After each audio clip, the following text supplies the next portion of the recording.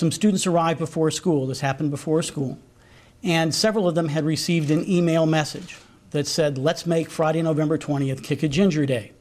Now, admittedly, I actually know what South Park is. I have 3 grown sons who happen to really enjoy South Park. This was an episode I had previously missed. So many of the adults involved weren't even sure what this was. We had no other reports. But one of the students at AE Wright went to the school office in the morning before school to say some students were being chased. I think it's important to note it was the students who went to the office. This is a school where the kids protect one another, and they knew that was wrong. So these students went to the office. The administration immediately went on campus. We had one student report to the health office that he had been kicked. He had been kicked by several kids, and he was injured. The mother came and took him to the doctor, and he was treated for a bruise.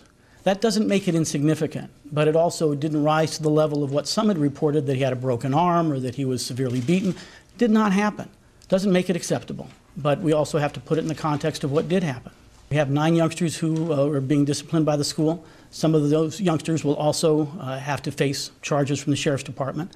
We have another 6 to 11 students who at some form or another may have been kicked during the day. Now again, that's when you have to go back in the context of a middle school. So if this was a day that we were going to kick kids with red tennis shoes, then you go down the hallway and you tap a kid's foot. We had reports of that. Of all the youngsters involved, we have reports of 3 youngsters who were really kicked to a point where we said, all right, someone's going to be disciplined for kicking you. But that was the sum total of it. They were kicked. And in the scope of a middle school day and put it in that context, that's not an unusual incident. It's not an acceptable incident, but it's also not that unusual.